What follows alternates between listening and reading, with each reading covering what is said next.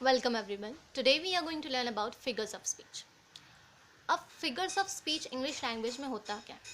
हम पोएम्स पढ़ते हैं, नॉवेल्स पढ़ते हैं, उसमें जो राइटर या पोएट होता है वो अपनी स्पीच को अपनी जो है कंटेंट है उसको अट्रैक्टिव और इंटरेस्टिंग बनाने के लिए कोई ना कोई डिफरेंट तरीका यूज़ करता है अपनी स्पीच को या अपनी राइटिंग को रिप्रेजेंट करने के लिए। ठीक है, कभी वो किसी चीज़ को किसी चीज़ से कंपेयर करता है, कभी वो अपनी स्पीच को इतना बड़ा चढ़ा कर बोलता है जो एक्चुअल में पॉसिबल नहीं है, लेकिन फिर भी वो उसे अट्रैक्टिव बनाने के लिए उसे बड़ा चढ़ा कर बोलता है।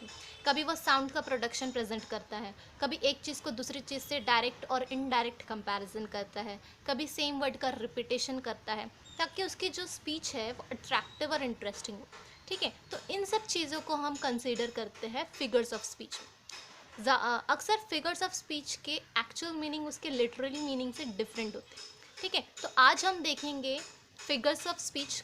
देर are more than 100 figures of speech in English language. 100 से भी ज़्यादा आपको फिगर्स ऑफ स्पीच देखने के लिए मिलेंगे, लेकिन आज हम जो बेसिक 7 फिगर्स ऑफ स्पीच जो आपके सिलेबस में होते हैं और ज़्यादातर एग्जाम्स में पूछे जाते हैं, उन फिगर्स ऑफ स्पीच को आज हम देखेंगे। तो आज हम देखेंगे simile, metaphor, personification, alliteration, repetition, hyperbole and onomatopoeia। मैं एक बार वापस रिपीट करती हूँ। Simile, metaphor, personification, alliteration, repetition, hyperbole, onomatopoeia। ठीक है, इन 7 फिगर्स ऑफ स्पीच को आज हम पढ़ने वाले हैं। ठीक है, तो आज हम सबसे पहले पढ़ेंगे सिमिली।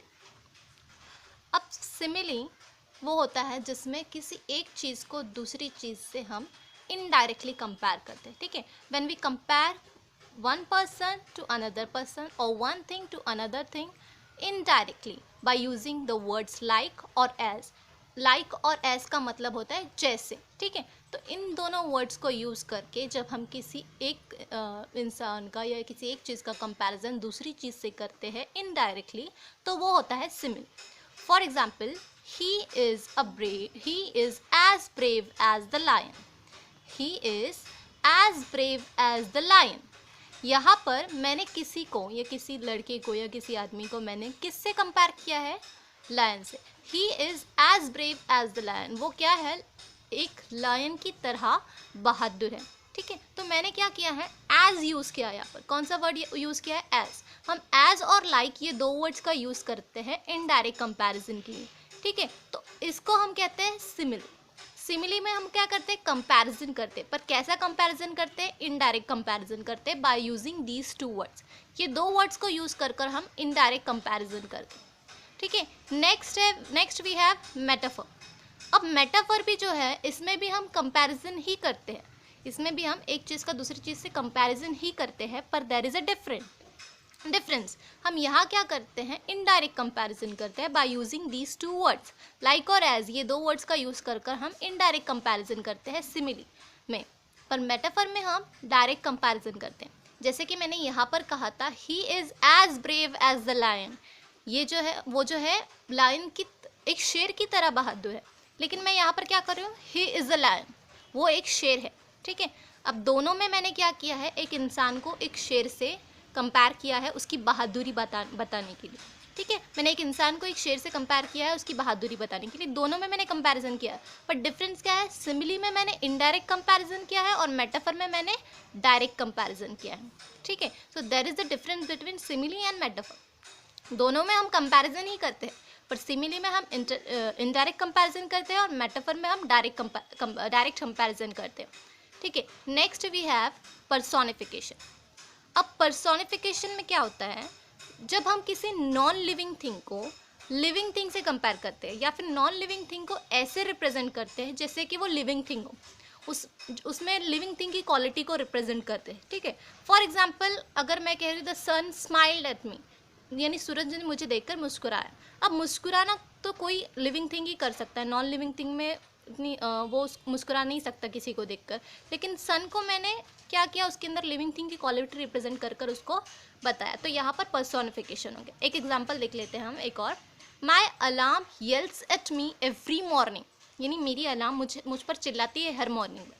अब यहाँ पर मतलब ये है कि वो मुझे हमेशा जगाती है। अब येल जो है यानी चिल्लाना, चीखना, अब ये जो क्वालिटी होती है वो ह्यूमन बीइंग में होती है या फिर कोई लिविंग थिंग में होती है।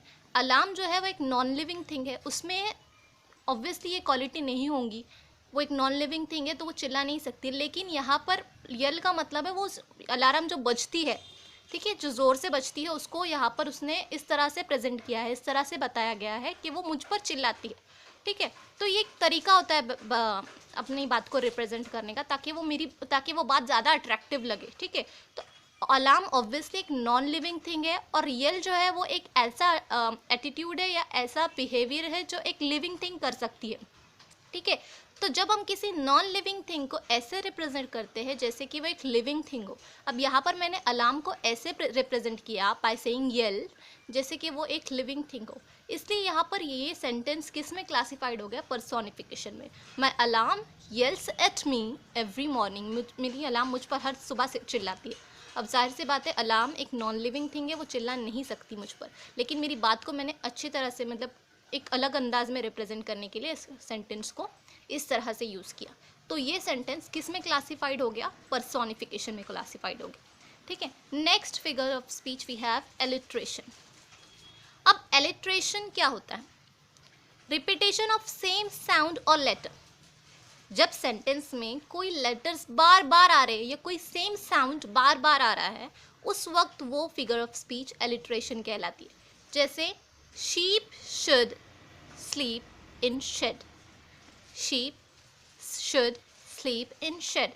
यहाँ पर एस एच ये जो दो लेटर है वो बार बार रिपीट हो रहे हैं, and the sound of H and the sound of श is repeating again and again.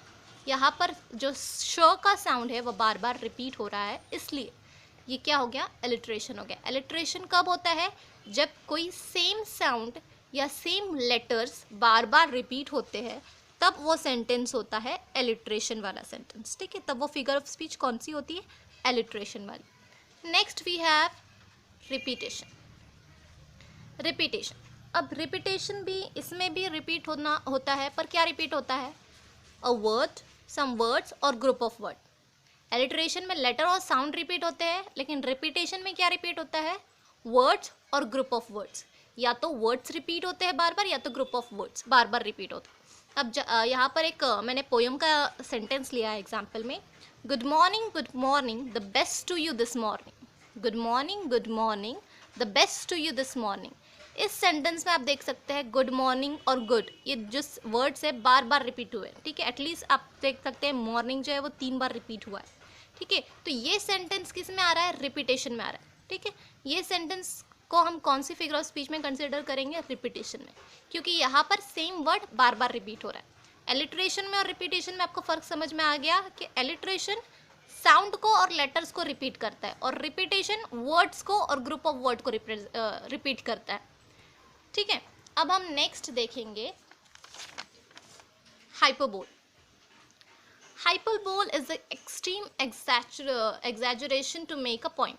अब जब सेंटेंस में जो राइटर है या पोएट है वो अपनी बात को ज़रूरत से ज़्यादा बढ़ा चढ़ा कर बोलता है, टू मेक अ पॉइंट, कोई एक पॉइंट रखने के लिए, अपनी बात रखने के लिए, जब वो अपनी बात को ज़रूरत से ज़्यादा बढ़ा चढ़ा कर बोलता है जो एक्चुअली टेक्निकली पॉसिबल नहीं है, ठीक है।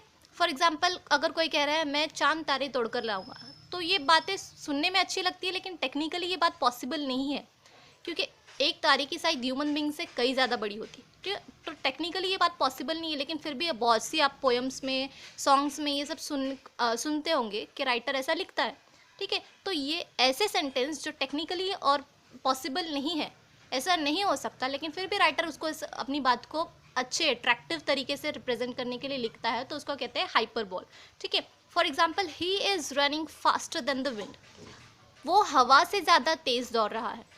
अब किसी इंसान के लिए ये पॉसिबल नहीं है कि वो हवा से भी ज़्यादा तेज़ दौड़ सके, ठीक है। लेकिन यहाँ पर इस चीज़ को ये सेंटेंस उसने इसलिए यूज़ किया है कि वो एक्सट्रीमली उसको मतलब एग्जैजुरेट करना चाहता था कि वो बहुत ज़्यादा तेज़ दौड़ रहा है। उसका कहने का मतलब है कि वो बहुत ज़्यादा तेज़ दौड़ रहा है, लेकिन इस बात को उसने हाइपरबोल लगाकर प्रेजेंट किया। जैसे he is running faster than the wind, ठीक है, वो हवा से भी ज़्यादा तेज़ दौड़ रहा है। मतलब उसका यही था कि वो तेज़ दौड़ रहा है, वो यही कहना चाहता था कि वो बहुत तेज़ दौड़ रहा है, लेकिन उसने इस चीज़ को एक्सट्रीम बहुत ज़्यादा बढ़ा चढ़ा कर बताया, इसलिए इस चीज़ को, इस सेंटेंस को हम हाइपरबोल में कंसिडर करेंगे। ठीक है, तो हाइपरबोल जो फिगर ऑफ स्पीच है उसमें पोएट जो होता है या राइटर जो होता है वो अपनी स्पीच को ज़रूरत से ज़्यादा बढ़ा चढ़ा कर, एक्सट्रीमली एग्जैजरेट कर कर बताता है। ठीक है, तो हाइपरबोल वो होता है जिसमें ऐसी बात बढ़ा चढ़ा कर बोलता है पोएट जो टेक्निकली पॉसिबल नहीं हो, लेकिन फिर भी वो अपनी बात को अट्रैक्टिवली रिप्रेजेंट करने के लिए इस चीज़ को यूज़ करता है। हाइपरबोल समझ में आ गया होगा आपको। Next we have onomatopoeia. Onomatopoeia is a word which describe the sound, और जो जैसे हम सेंटेंस में कोई साउंड, जैसे tick tock clock is ringing. अब यहाँ पर टिक टॉक जो है वो साउंड है टिक टिक टिक टिक, ये क्लॉक का साउंड है। ठीक है, तो जब हम सेंटेंस में ऐसे वर्ड्स यूज़ करते हैं, पोएम में या फिर नॉवल में या फिर कोई भी कंटेंट में, जब राइटर ऐसे वर्ड्स यूज़ करता है जो हमको साउंड रिप्रेजेंट करते हैं, किसी चीज़ का साउंड रिप्रेजेंट करते हैं, तो ऐसे वर्ड को हम किस में कंसिडर करते हैं? ओनोमोटोपोइया। ऐसे वर्ड्स जो sound production of sound describe करते हैं, उन वर्ड्स को हम ओनोमोटोपोइया में कंसिडर करते हैं। अब जैसे बचपन में हमने ये पोएम सुनी होंगी, ding dong bell pussy's in the well. ठीक है, तो इस पोएम में डिंग डोंग ये जो साउंड है किसका? बेल का साउंड है। ठीक है, तो ये दो वर्ड्स जो है डिंग डोंग, ये वर्ड्स जो है इंडिकेट कर रहे हैं प्रोडक्शन ऑफ साउंड। ठीक है, प्रोडक्शन ऑफ साउंड को रिप्रेजेंट कर रहे हैं वो। तो ऐसे वर्ड्स जो साउंड डिस्क्राइब करते हैं सेंटेंस में, उस वक्त हम उस फिगर्स ऑफ स्पीच को ओनोमोटोपोइया कहते हैं। ठीक है, तो ओनोमोटोपोइया वही फिगर्स ऑफ स्पीच होती है जिसमें हम साउंड प्रोडक्शन ऑफ साउंड को रिप्रेजेंट करते हैं।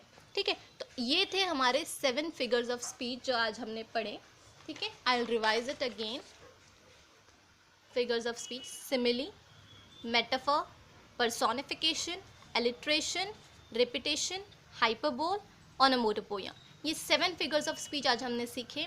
इनका मतलब हमने देखा कि हम कैसे इसको यूज़ करते हैं और इनका मतलब क्या होता है। Hope this will be helpful. Thank you for watching.